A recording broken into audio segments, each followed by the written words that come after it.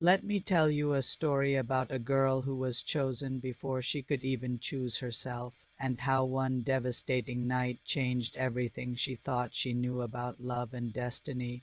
She was only 7 years old when the two families decided her future. The powerful family with the surname that made everyone bow their heads had chosen her to marry their eldest son. Not because they knew her, but because her family had connections they needed. It was decided, it was done. For 15 years she prepared herself. She learned all the right etiquette, became exactly what they wanted her to be, the perfect future wife for their perfect son. She'd catch glimpses of him at gatherings, handsome and polite. She told herself maybe they could learn to love each other. This was her destiny, her duty. Then came the engagement party. The mansion was decorated with thousands of flowers, guests in designer clothes everywhere. She wore a red dress, her smile practiced and ready. Everyone was there to celebrate. She was looking for her. When she saw them, him and another woman in a side corridor, kissing desperately. The woman wore a dress almost identical to hers, like a mockery. All those years of preparation crumbled in seconds. When he noticed her, there was no shame in his eyes, just irritation.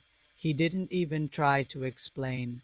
She realized everyone probably knew, everyone except her. She ran into the night and found herself in a dark bar where no one knew her. She ordered drink after drink, drowning the humiliation. That's when he appeared, a man watching her with quiet intensity, beautiful and dangerous. When he offered to take her somewhere quiet, she said yes. She woke up in an unfamiliar hotel room, her head pounding. He was dressed, watching her. Then he made an offer. Be his for 3 years. His mistress, his secret, money, luxury, everything except respect. She should have refused, but she was tired of being the good girl. This felt like the only choice that was truly hers. She agreed. The apartment he gave her was beautiful and empty, a gilded cage. He would come and go, never staying the whole night. She wasn't allowed to ask about his life. She existed in the margins. At first it was transactional, but hearts don't follow contracts. She noticed things, how he'd trace patterns on her skin when he thought she was asleep, the books he'd bring, always exactly what she wanted. He remembered she hated cilantro, loved jasmine tea, couldn't sleep when it rained. She saw glimpses of who he really was. He told her about crushing pressure, expectations like mountains. He never mentioned his family name, but she heard the weight. He was trapped too, just in a different cage.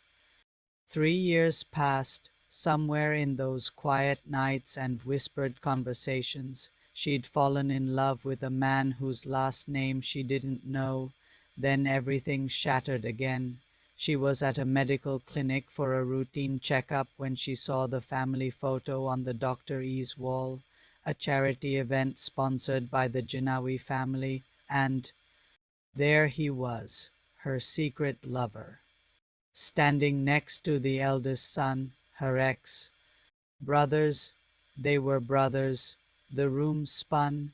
The youngest son, the one who was always traveling, always absent from family gatherings, the one she'd never met because he refused to participate in the family's social circus, the one who everyone said was rebellious, dangerous, too wild to be controlled.